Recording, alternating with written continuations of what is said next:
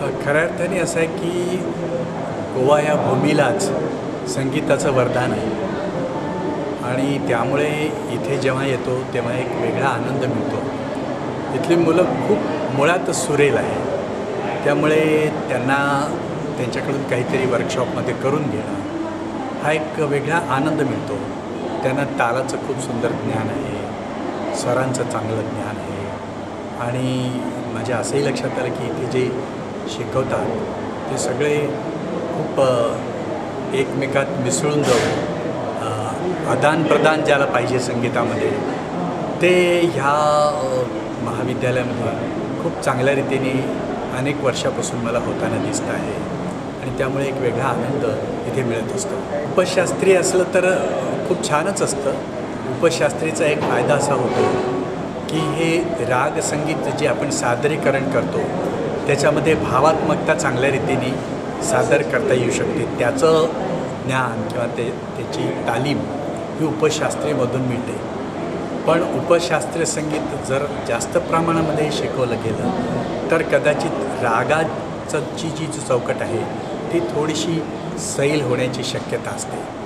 म्हणून प्रमाणामध्ये उपशास्त्रीय संगीत शिकवलं गेलं पाहिजे किंवा उपशास्त्रीय शिकणारे जे विद्यार्थी असेल त्यांच्यासाठी वेगळ्या प्रकारचं ट्रेनिंग इथेच देण्याची सोय असावी. कारण प्रत्येकालाच उपशास्त्रीय संगीत आवडतं असं नाही किंवा प्रत्येकालाच नुसतं शास्त्रीय संगीत आवडतं असं पण होत नाही. तेव्हा आवडीनुसार प्रत्येकाला तसं जर शिक्षण द्यायचं असेल तर उपशास्त्री ही एक वेगळी ब्रँच याच्यामध्ये शिकवली गेली पाहिजे आणि त्यातून उपशास्त्रीय प्रकारचे गायकही तयार होतील किंवा व्हायला पाहिजे. संगीताबद्दलची जाण मुलांमध्ये खूप वाढलेली आहे.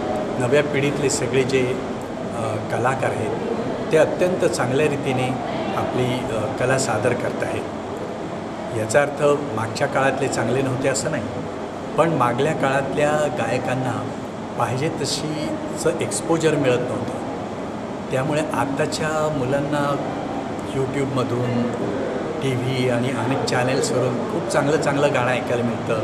त्यामुळे चांगलं गाणं काय आणि ते कसं शिकलं पाहिजे आणि शिकण्याच्या सोयी तर खूपच उपलब्ध झालेल्या आहेत. त्यामुळे आजची पिढी ही संगीतामध्ये खूप चांगलं काम करते आहे.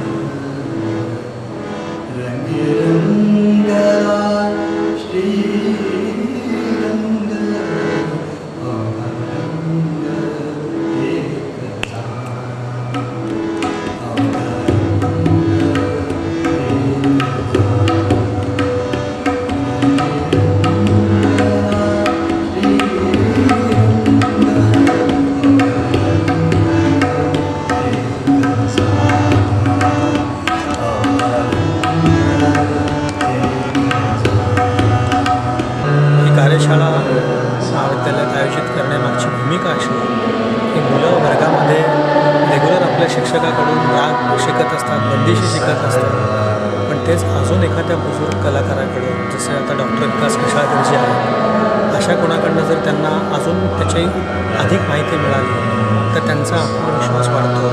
राग सदरीकरणामध्ये एक वेगळंच त्याच्यामध्ये आत्मविश्वास त्यांचा दिसून येतो आणि अशा कार्यशाळांमधून त्यांना रागांचे नवीन डायमेन्शन्स मिळतात, बंदी शिकायला मिळते आणि वर्गामधले आपलं जे शिकतो ते आपलं योग्य चाललं आहे कसं चाललं आहे याचा एक अंदाज येतो.